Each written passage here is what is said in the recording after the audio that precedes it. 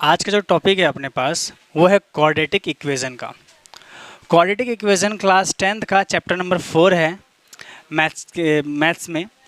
और इस चैप्टर का जो शुरुआत है, हम इस चैप्टर को क्लास 10th में तो पढ़ रहे हैं, बट इसकी जो शुरुआत है वो क्लास 7th से हमारे लाइफ में, हमारे स्टडीज़ में ये आ चुका है। 7th क्लास में ये एल्जेब्रिक एक्सप्रेशन के रूप में हमारे पढ़ाई में ये ऐड ऑन हुआ था ये, ठीक है। उसके बाद क्लास 8th में आपने लीनियर इक्वेशन के रूप में, linear equation in one variable पढ़ा था आपने। क्लास 9th में आपने पॉलिनोमियल के भी रूप में पढ़ा, एंड क्लास 10th में भी आपने पॉलिनोमियल पढ़ा चैप्टर 2 में, और अभी ये क्वाड्रेटिक इक्वेशन पढ़ोगे। अगर मैं इस चैप्टर के बारे में बात करूं, इसके वर्ड को तोड़े पहले, क्वाड्रेटिक इक्वेशन, इक्वेशन क्या मतलब भाई? इक्वेशन क्या होता है भाई? जिस भी क्वेश्चन में सामने में इक्वल का साइन लग जाए वो इक्वेशन बन गया। क्वाड्रेटिक इक्वेशन क्या? क्वाड्रेटिक इक्वेशन मतलब कोई ऐसा एल्जेब्रिक एक्सप्रेशन, कोई ऐसा वन वेरिएबल वाला एल्जेब्रिक एक्सप्रेशन जिसका हाईएस्ट पावर 2 हो, जिसका हाईएस्ट पावर 2 हो, कोई भी हो। अगर आपके सामने मान लो यहाँ पे आ गया एक्स स्क्वायर, ठीक है, हाईएस्ट पावर 2 है, वाई स्क्वायर हाईएस्ट पावर 2 है, या टी स्क्वायर, कुछ भी हो, कोई ऐसा एल्जेब्रिक एक्सप्रेशन जिसका हाईएस्ट पावर 2 हो, उस इक्वेशन को हम लोग क्वाड्रेटिक इक्वेशन के रूप में जानेंगे, ठीक है। एल्जेब्रिक एक्सप्रेशन आप लोग पढ़ते हुए आ रहे हो, क्या होता है? जिसके अंदर हम वेरिएबल प्लस न्यूमेरिकल्स को जब हम रखते हैं, न्यूमेरिकल को रखते हैं, नंबर को रखते हैं, तो हमारा एल्जेब्रिक एक्सप्रेशन होता है, ठीक है। देखते हैं अब, जैसे कि आपके पास इसका स्टैंडर्ड फॉर्मूला क्या होता है भाई? स्टैंडर्ड फॉर्मूला, स्टैंडर्ड फॉर्मूला में आ गया आपके पास a x square plus b x plus c equal 0। Quadratic equation का स्टैंडर्ड फॉर्मूला आपके सामने में क्या आ गया? A x square plus b x plus 0। इस चैप्टर में हम लोग क्या करने वाले हैं भाई? जिस तरीके से आपने चैप्टर 2 में पॉलिनोमियल के आपने जीरोस फाइंड किए थे, सेम उसी तरीके से इस चैप्टर में हम लोग, इस चैप्टर में क्वाड्रेटिक इक्वेशन के हम रूट्स फाइंड करेंगे। जीरोस हो चाहे रूट्स हो, दोनों में बात तो एक ही है, दोनों में हम लोग क्या निकाल रहे हैं? एक्स की वैल्यू निकाल रहे हैं, ठीक है। तो अब एक्स का जो वैल्यू है उसको निकालने का दो तरीका होगा भाई। यहाँ पे आएगा एक तो फैक्टराइजेशन मेथड से, फैक्टराइजेशन मेथड जिसके अंदर हम लोग मिडिल टर्म स्प्लिटिंग को करेंगे, और एक दूसरा आएगा क्वाड्रेटिक इक्वेशन मेथड, ठीक है। तो इस दो तरीके से हम लोग इस चैप्टर की शुरुआत करेंगे, ओके। अभी फिलहाल हम लोग चैप्टर का एग्जाम्पल शुरुआत करते हैं। एग्जाम्पल 1 को लेके देखते हैं, एग्जाम्पल 1 को समझते हैं। एग्जाम्पल 1 आप लोग अपने बुक में देख रहे होंगे।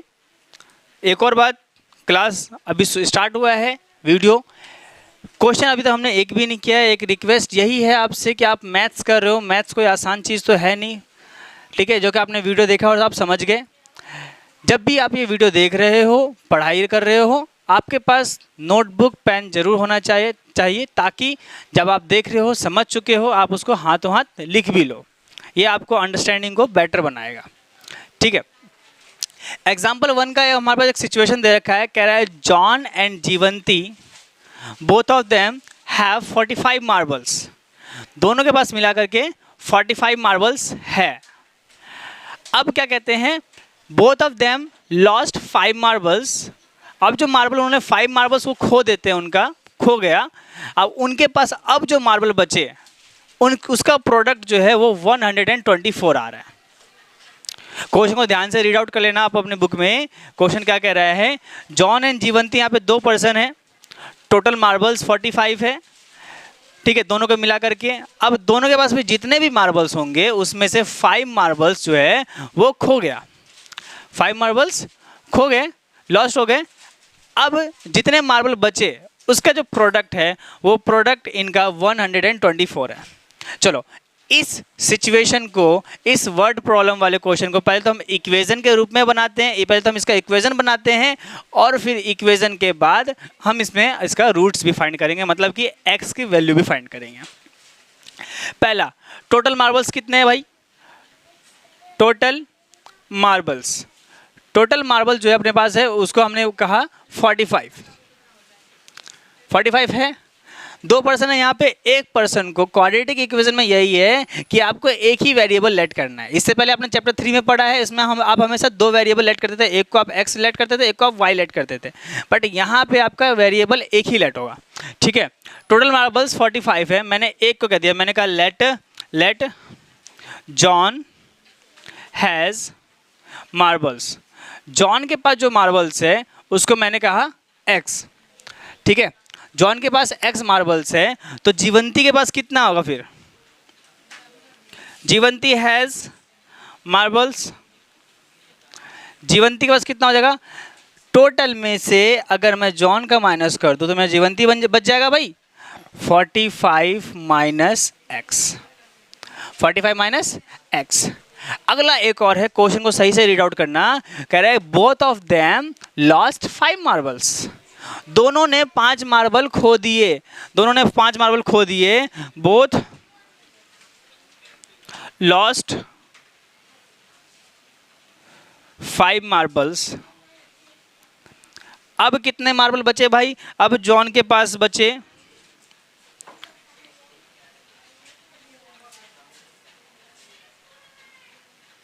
अब जॉन के पास बचे, पहले उसके पास x था, 5 खो गया, तो कितने बचे भाई? x minus 5। ठीक है, अब जीवंती के पास कितने बचे? जीवंती के पास कितने बचे? 45 माइनस x माइनस 5, यानी कि 40 माइनस x।